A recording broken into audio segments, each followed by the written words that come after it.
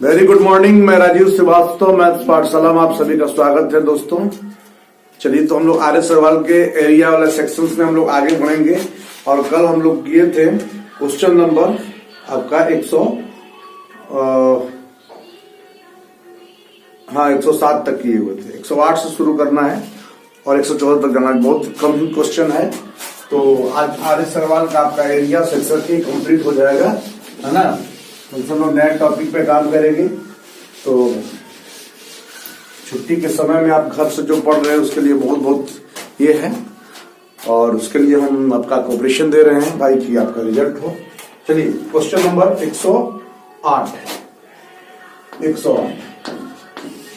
कह रहा है कि एक समचतुर्भुज का परिमाप 52 मीटर है, छोटा विकर्ण 10 मीटर है।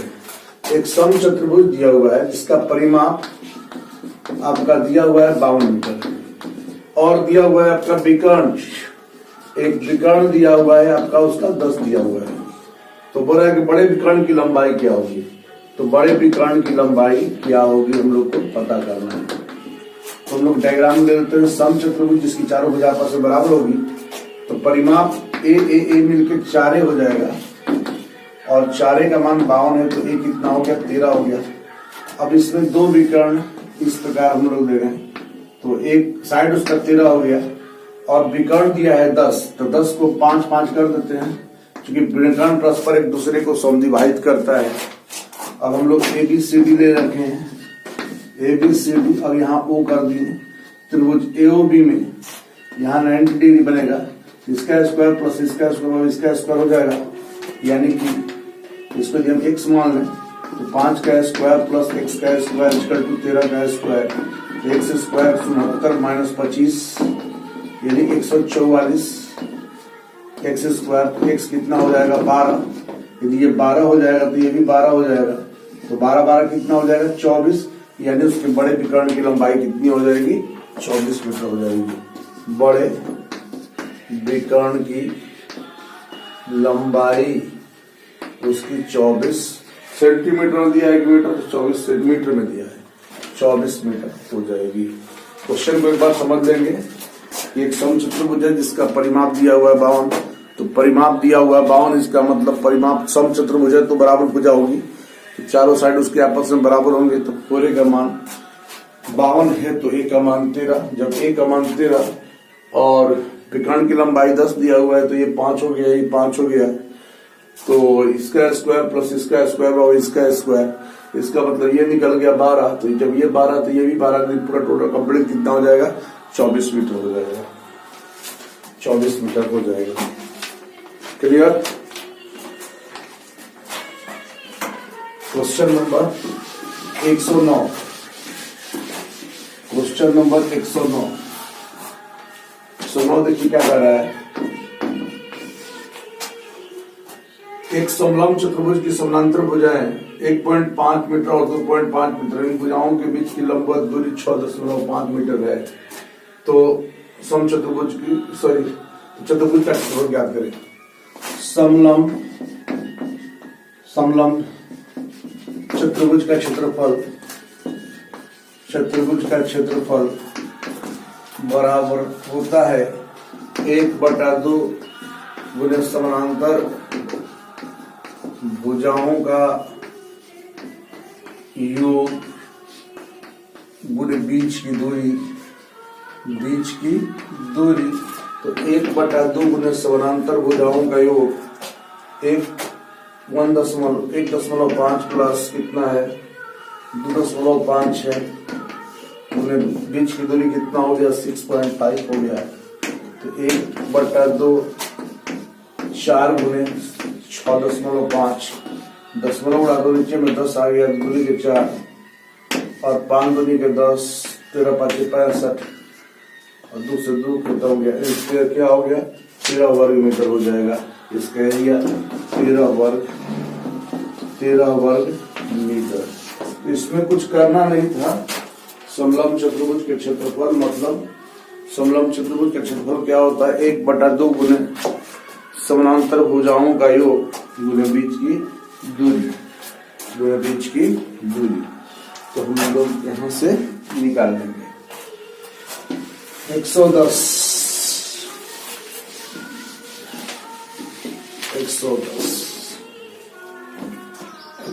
नंबर ध्यान देंगे।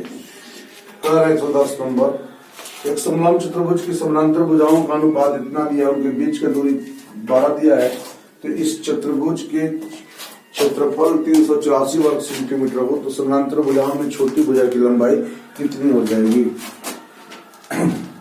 समानांतर भुजाओं का जो दिया हुआ है अनुपात, समानांतर भुजाओं का अनुपात दिया 3:5 दिया हुआ है, तो इसको लोग 3x और 5x कंसीडर कर सकते हैं। तो समानांतर समलंब चतुर्भुज का क्षेत्रफल जिससे हो जाएगा, समलंब चतुर्भुज का क्षेत्रफल हो जाएगा 1/2 गुने समांतर भुजाओं का योग गुने बीच की दूरी। समांतर भुजाओं का योग गुने बीच की दूरी। तो आपका इसका क्षेत्रफल दिया हुआ है कितना? समलंब चतुर्भुज का क्षेत्रफल दिया हुआ है कितना? आपका दिया हुआ है 384 बराबर 1/2 समांतर भुजाओं का योग 5 3 8x हो जाएगा, और उसके बीच का दूरी दिया हुआ है कितना? 384 दिया हुआ है, तो 2 चौके 8 हो गया 4, और बीच का दूरी दिया हुआ है, बीच का दूरी 12 दिया हुआ है, सॉरी, ठीक ना। तो 4 हो गया, 12 से काटिए, 36, 12 के 24, 4 6 4 32, तो x कितना हो गया आपका? 8 हो गया। यदि x 8 हो गया तो 8 कितना हो गया? 24 हो गया, और 8 5 कितना हो गया? 40 हो गया। तो हमको निकालना है बड़ी भुजा की लंबाई। बड़ी भुजा की लंबाई यानी कितना हो जाएगी? 40 सेंटीमीटर हो जाएगी। तो इसमें कुछ करना नहीं था, 1/2 गुने समलंब चतुर्भुज में समानांतर भुजाओं के बीच की दूरी और उनकी समलंब चतुर्भुज का क्षेत्रफल 1/2 समांतर भुजाओं का योग गुने बीच की दूरी हो जाएगी। तो सवाल सिंपल था। आगे हम लोग बढ़ेंगे। क्वेश्चन नंबर 111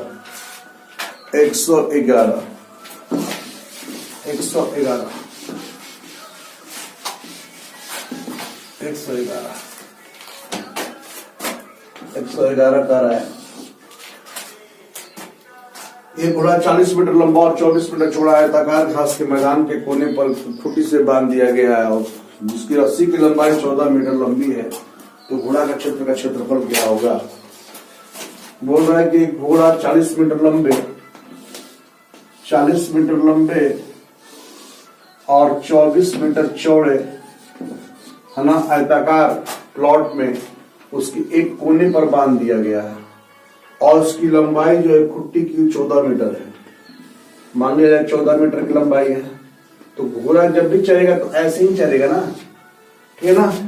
तो बोल रहा है कि घोड़ा उस प्लॉट का कितना एरिया चल पाएगा। आप सिंपल सा बात समझिए, हम आपको 2 तरीका समझाएंगे कि ये सर्कल है और इसका 4 भाग है। तो 4 भाग में देखिए, आप गौर करके देख लीजिए, घोड़ा सिर्फ इतना ही पार्ट चल पा रहा है। गौर करके देखिए, इसको हम ड्राइंग करेंगे, ऐसे ड्राइंग करेंगे, 1 भाग 2 भाग 3 भाग और 4 भाग। तो घोड़ा जो है जनरली उस प्लॉट का 1 यूनिट कर पा रहा है, तो हम इसका कितना कर पाएगा?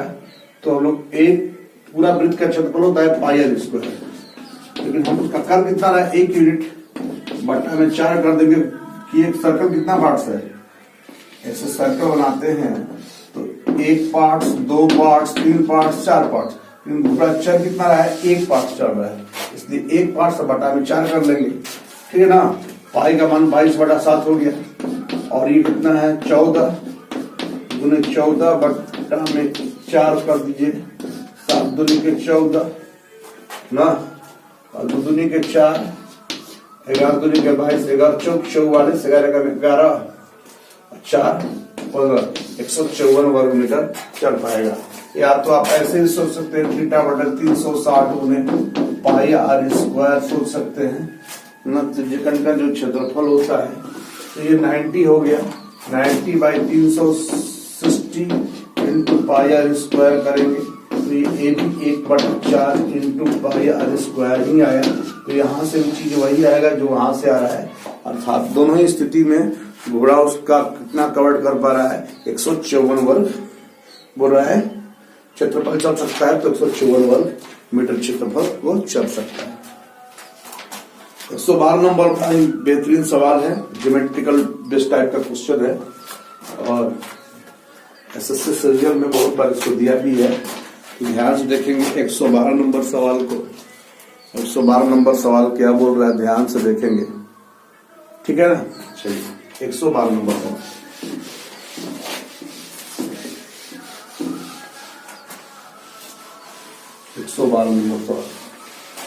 देखिए। तो इसको डायग्राम को हम इधर बना देंगे, डायग्राम को इधर बना देंगे। बोल रहा है, ध्यान से देखेंगे, एक समबाहु त्रिभुज एबीसी की परिवृत्त की त्रिज्या आर है। कोण ए, कोण बी, कोण सी अर्धक है एडी बीडी सीडी का, बिंदु डी पर मिलती है और एडी को मिलाकर नीचे बढ़ाया गया जो बीसी को ई पर काटती है और एडी बराबर बीडी बराबर सीडी बराबर यदि आर है तो त्रिभुज एबीसी के क्षेत्रफल निम्नलिखित में से कौन सा होगा। सवाल थोड़ा बेहतरीन है, ध्यान से देखेंगे कि एक एबीसी ट्रायंगल है जो कि खुद ऑलरेडी क्वेश्चन में फिगर दिया हुआ है। एबीसी एक ट्रायंगल है, तो ये समझ लीजिएगा ये सर्कल है और तो फिगर मेरा बढ़िया नहीं बना है, तो हाँ हो गया। और सारा फिगर में दिया हुआ है, सारा चीज मेंशन है, इसमें कोई चीज, सब चीज मेंशन है, ठीक है ना। तो ये चीज नहीं दिया हुआ है, बस इतना ही चीज दिया हुआ है, ठीक है ना। तो और ये हो गया, बस यही चीज है। और हम लोग को निकालना क्या है, ये क्वेश्चन में दिया हुआ है कि इसका एरिया क्या होगा, जबकि इसका रेडियस आपका दिया हुआ है, सेंटर मान लिया जाए तो ये आर है, ये आर है और ये आर है।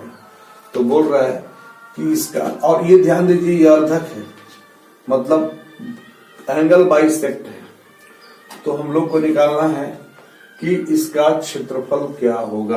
त्रिभुज ये मेंशन नहीं किया हुआ है, कौन सा समबाहु त्रिभुज, हाँ मेंशन किया हुआ समबाहु त्रिभुज, ठीक है ना। तो चलते हैं, रेडी है, इसका क्षेत्रफल निकालते हैं। किसी भी ट्रायंगल का एरिया क्या होता है, एरिया 1/2 इंटू आधार गुने ऊंचाई। आधार इसका कितना है, बीसी है, और ऊंचाई कितना है, आप ई कर लीजिए, इसको ए ई कर लीजिए। यहां तक समझ में आ रहा बात।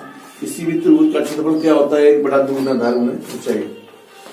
तो बीसी ध्यान देंगे 1/2, चूंकि ये अर्धक है तो जितना बी है उतना ही ईसी है, तो आप बीसी को बी प्लस ईसी आप लिख सकते हैं थोड़ा देर के लिए, और एई को एडी प्लस डी लिख सकते हैं थोड़ा देर के लिए, एडी प्लस डी लिख सकते हैं।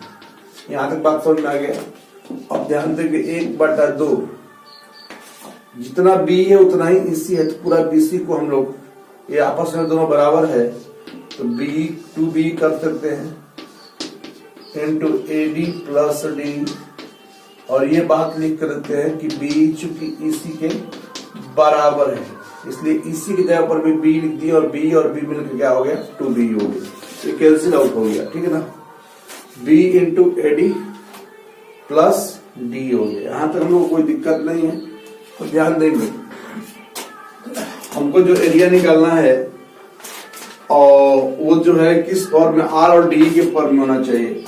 तो आर और डी के फॉर्म में होना चाहिए। तो डी को ध्यान दीजिएगा, इस ट्रायंगल में यदि बात किया जाए, इस ट्रायंगल में, ट्रायंगल बीडी में बात किया जाए, बीडीई में, तो ये इसका स्क्वायर प्लस इसका स्क्वायर और इसका स्क्वायर हो जाएगा, यानी बीडी स्क्वायर बराबर D square plus B square हो जाएगा। ध्यान समझना होगा आपको, ठीक है ना।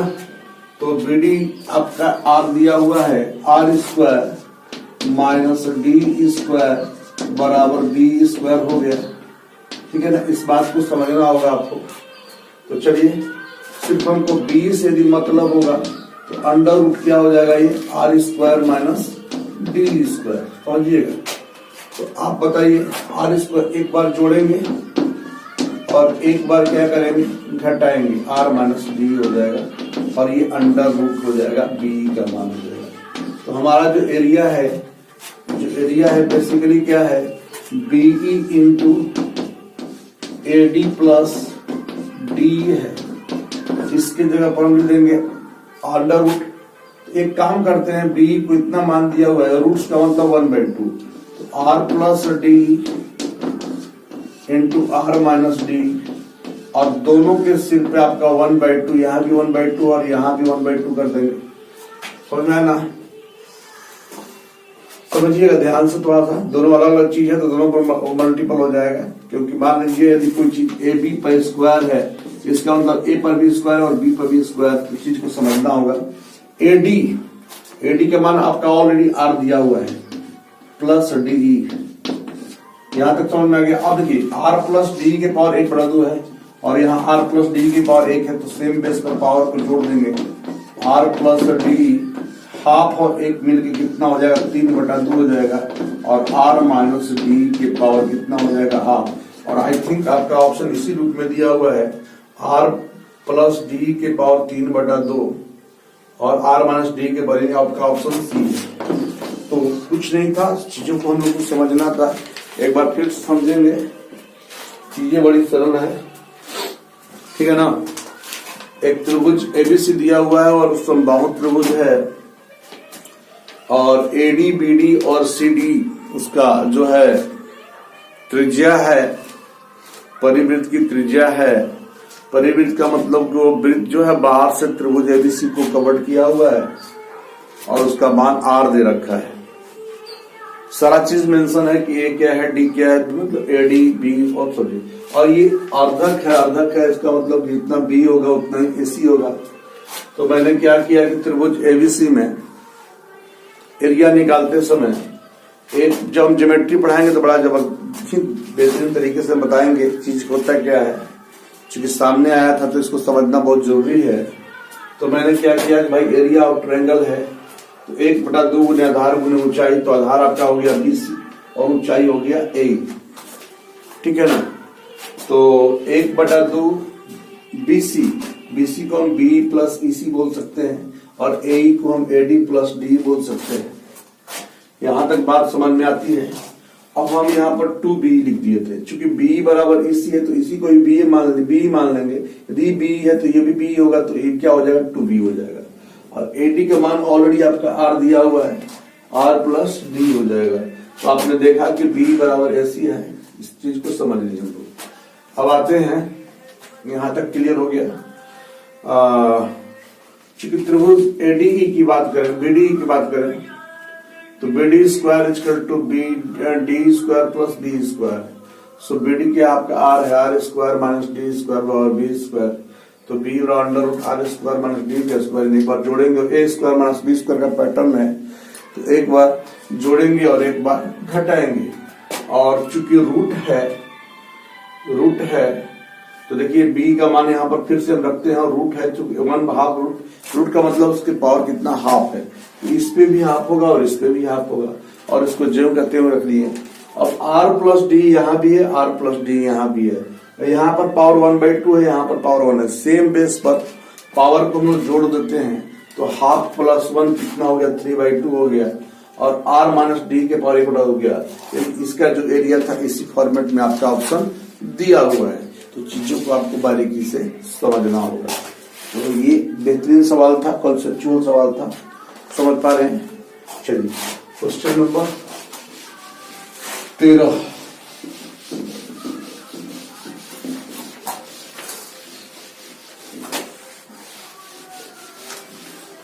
क्वेश्चन नंबर 13 नंबर क्वेश्चन द्वारा ध्यान से देखेंगे।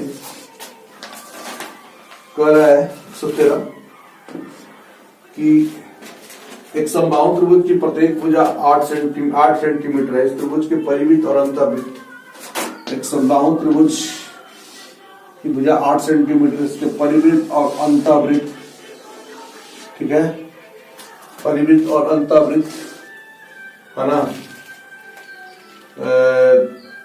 के बीच के क्षेत्र का क्षेत्रफल क्या होगा। इसकी भुजा 8 दे रखा है, 8 दे रखा है, इसकी भुजा 8 दे रखा है। हमको निकालना है इसका परिवृत्त और अंतर्वृत्त के क्षेत्रफल के बीच का अंतर निकालना है। परिवृत्त और अंतर्वृत्त के क्षेत्रफल के बीच का अंतर निकालना है। परिवृत्त और अंतर्वृत्त, हाँ परिवृत्त और अंतर्वृत्त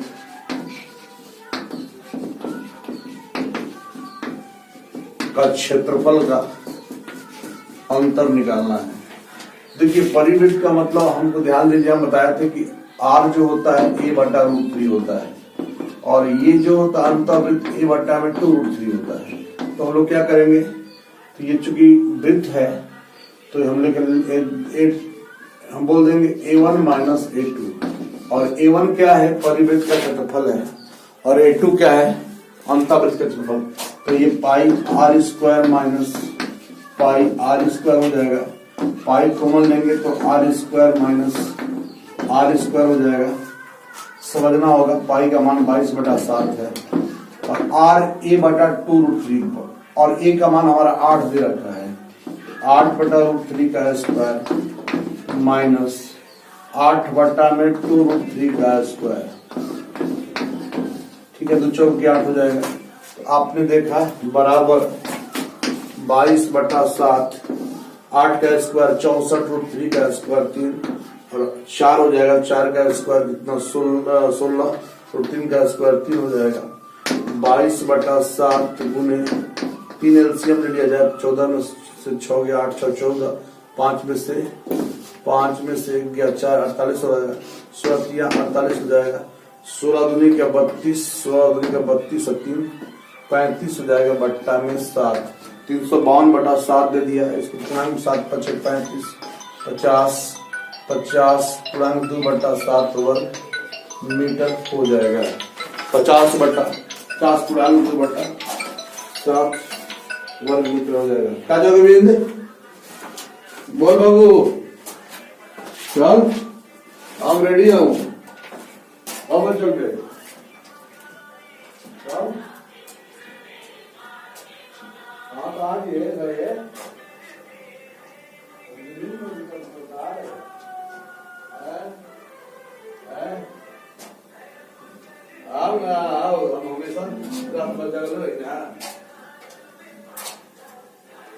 ठीक है, आराम करी।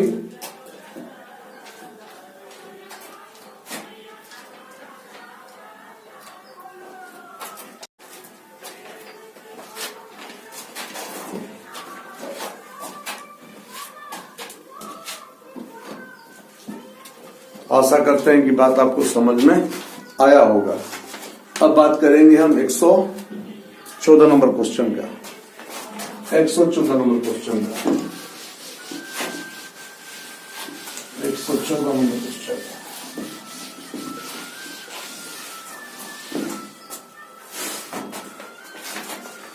किसी त्रिभुज के प्रत्येक शीर्ष बिंदु के सम्मुख भुजा के समानांतर एक खींची गई है, उस प्रकार बड़े त्रिभुज का परिमाप प्रारंभिक त्रिभुज के परिमाप का कितना होगा। देखिए एबीसी एक त्रिभुज है और बोल रहा है किसी त्रिभुज के प्रत्येक शीर्ष बिंदु को उसके सम्मुख भुजा के समानांतर, इसके समानांतर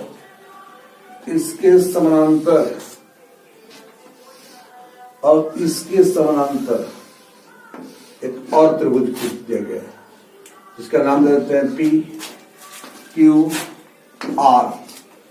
अब कह रहा है कि इस प्रकार बने त्रिभुज का परिमाप प्रारंभिक त्रिभुज का परिमाप का क्या अनुपात होगा, यानी पी क्यू आर का परिमाप, त्रिभुज पी क्यू आर की परिमाप त्रिभुज बोल रहा है, ठीक है, परिमिति बोला है, हाँ परिमिति बोला है, बट्टा में त्रिभुज एबीसी की परिमिति की हमको निकालना है, ठीक ना। तो देखिए परिमिति का सीधा कॉन्सेप्ट होता है, अब ध्यान दीजिएगा, ये पी क्यू जो है इसके पैरेलल है, एबी के पैरेलल है, तो अब पी क्यू बराबर एबी के पैरेलल है तो 2ab लिख देंगे, फिर आपका ये तो इसके पैरेलल हो गया, ठीक है ना। और ये जो है क्यू आर किसके पैरेलल, बीसी के, तो P बार बराबर 2BC हो जाएगा। अब PR की बात करें तो ये AC के पैरेलल है तो 2AC लिख देंगे, तो इसका परिमाप मतलब सही हो जाऊंगा जो 2 into AB plus BC plus CA, और ABC का परिमाप तो भाई AB plus BC plus CA होगा, और ये से ये कैंसिल आउट हुआ तो बोल सकते हैं 2 अनुपात क्या होगा, 1 होगा।